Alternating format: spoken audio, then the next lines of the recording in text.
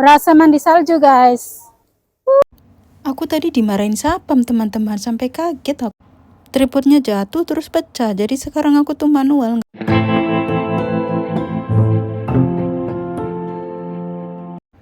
Ini lanjutan video aku liburan kemarin teman-teman. Ini aku mau ke Discovery Bay. Perjalanan aku mulai dari MTR Sunny Bay, naik bus DB03P yang akan turun di Nor Plaza. Tarifnya itu $15,9.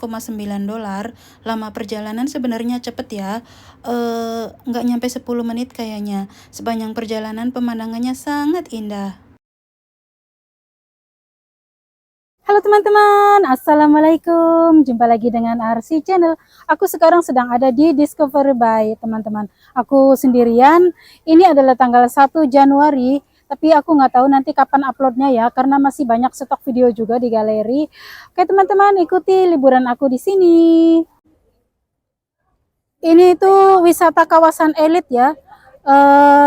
Tempatnya orang-orang kaya. Jadi di sini tuh naik bisnya aja tadi mahal banget ya, bayarnya tuh 15,9. Itu menurut aku lumayan mahal ya, karena jaraknya itu dari MTR Sunny Bay, kita exit A itu kemudian turun dan ke sini itu sangat dekat sekali ya. Naik bis itu sekitar mungkin hanya 10 menitan saja, namun bayarnya tuh $15. Itu menurut aku mahal ya. Karena $15 itu harusnya untuk jarak yang jauh gitu. Namun di sini emang seperti di Bali ya, itunya tuh vibesnya tuh seperti di Bali, dan di sini tuh lebih kerasa dingin ya. Nah di sini ada apotek maning, di sini juga ada IKEA. Di sini dibuat desainnya seperti di Disneyland ya. Wow, itu ada bubble. Wow, bukan bubble sih, lebih seperti apa namanya, salju. Wow, berasa mandi salju guys.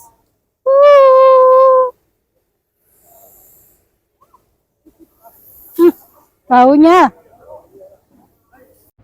Nah, kalau teman-teman pengen tahu salju buatan, kesini aja. Tapi aku nggak tahu ini sampai kapan ya adanya, karena dekorasinya tuh selalu ganti-ganti. Mungkin ini karena momennya tahun baru ya. Di sini suasananya sangat cantik guys. Ya, kita di sini boleh duduk-duduk guys. Di sana ada simbol love juga. Suasananya so sweet.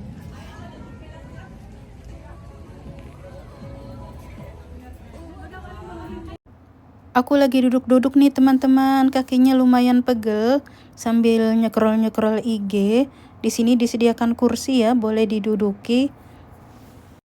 Maaf ya teman-teman, seperti yang aku udah pernah bilang di video sebelumnya. Jadi mic aku ini kalau kelamaan akunya nggak ngomong, dia tuh mati sendiri, harus ditekan lagi gitu. Nah tiba-tiba saja aku menemukan satu video info buat yang ingin kerja di Korea. Sedang ada lowongan teman-teman. Mari kita dengarkan videonya ya. Halo. Halo, hai. Korea Selatan tahun 2025 nanti akan mengeluarkan 130.000 visa pekerja ya. Yang itu melalui skema EPS, Employment Permit System. Jadi tes bahasa Korea yang tingkat rendah doang, tingkat paling gampang sedunia gitu kan. Terus begitu lolos ya udah Anda tinggal dilamar sama perusahaan untuk didatangkan ke sini. Yaitu untuk manufaktur itu nanti 72.000 ya. Untuk pertanian ada 10.000. Untuk fishing perikanan ada 8.500. Ada shipbuilding sekitar 2.500. Ada industri jasa 3.000. Konstruksi 2.000. Nah, ada 32.000 sisa yang menarik. Itu yang belum dibagi ke kuota-kuota tadi. Sehingga itu artinya sesuai dengan request dari industrinya. Ketika muncul kebutuhan, itu akan dipakai untuk alokasi-alokasi tambahan ya. Di luar 130.000 ini ada 85.000 visa tambahan khusus untuk tenaga musiman. Yaitu kalau di Korea kan kayak musim dingin gini, saatnya main ice skating gitu ya. Jadi beberapa industri misalnya kayak pertanian tutup gitu ya karena dingin ya. Nah maka itu tenaga musiman, itu ada 85.000 nanti ke depan. Oke, jadi teman-teman yang sedang berharap-harap keberangkatan, jangan patah semangat, ada kuota banyak.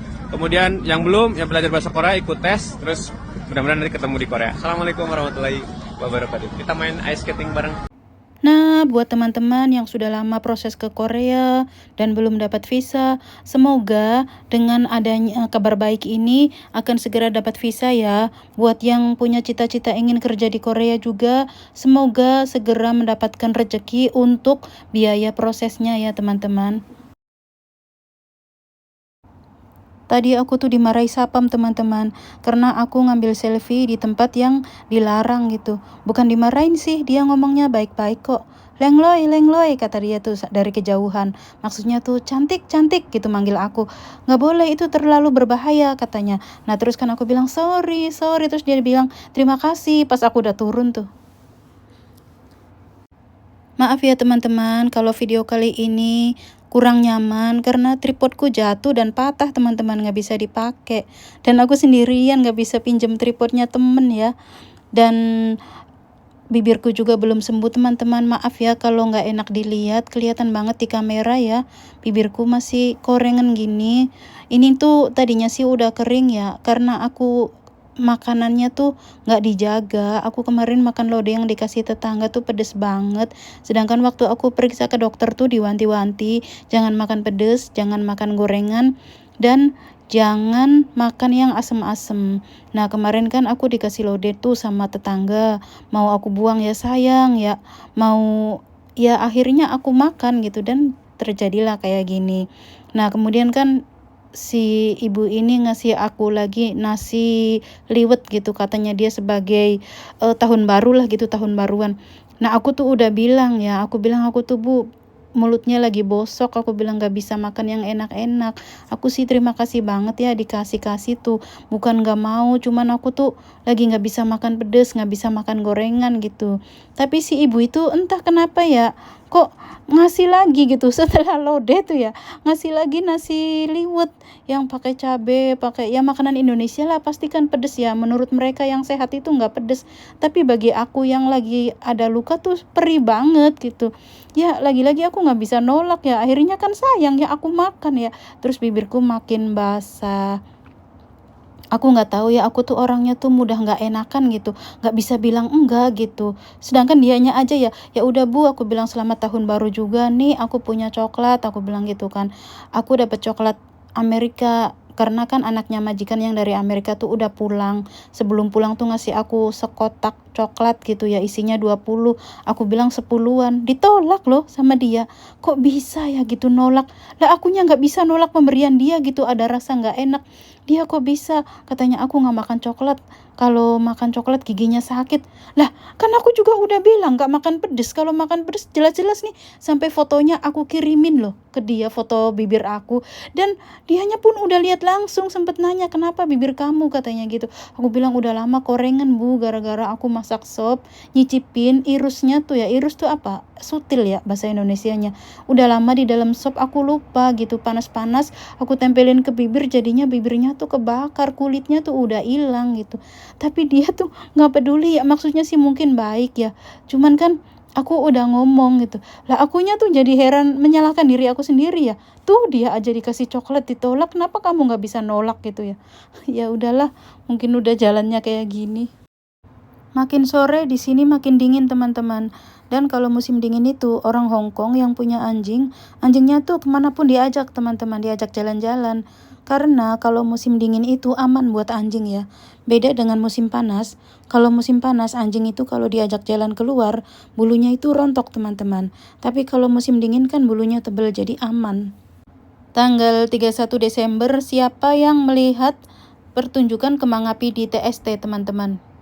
Aku lihat di internet ya, aduh parah. Dari jam 7 ya, manusia itu memadati TST ya teman-teman. Nathan Road itu full jadi lautan manusia. Nggak ada space kosong, penuh sepanjang jalanan itu teman-teman. Masya Allah ya. Padahal setiap tahun pertunjukan kembang api kan memang gitu ya.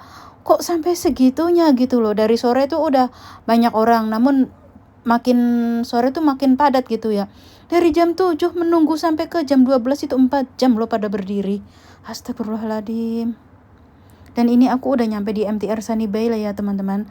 Di sini boleh buka tenda dan sepertinya boleh nyalain kompor ya. Teman-teman kita tuh pada ada yang goreng-goreng, ada yang sedang tapin loan. Di Di sini suasananya asik sekali ya. Ini tuh stasiun bus teman-teman. Dan kalau mau ke Makau juga ada bus yang mengantarkan kita ke imigrasi Makau gitu ya. Ini tuh MTR Saniba itu jalur wisata ya, jalur kota gitu. Banyak sekali bule-bule, banyak sekali turis. Jadi ini tuh kalau di Indonesia seperti Bali gitu ya.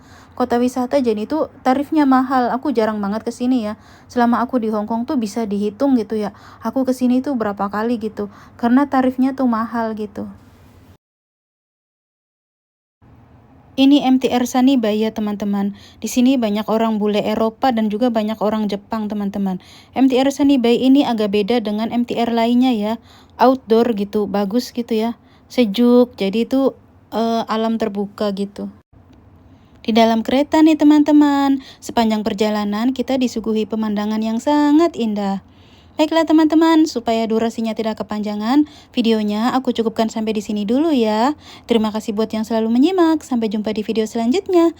Bye-bye. Assalamualaikum.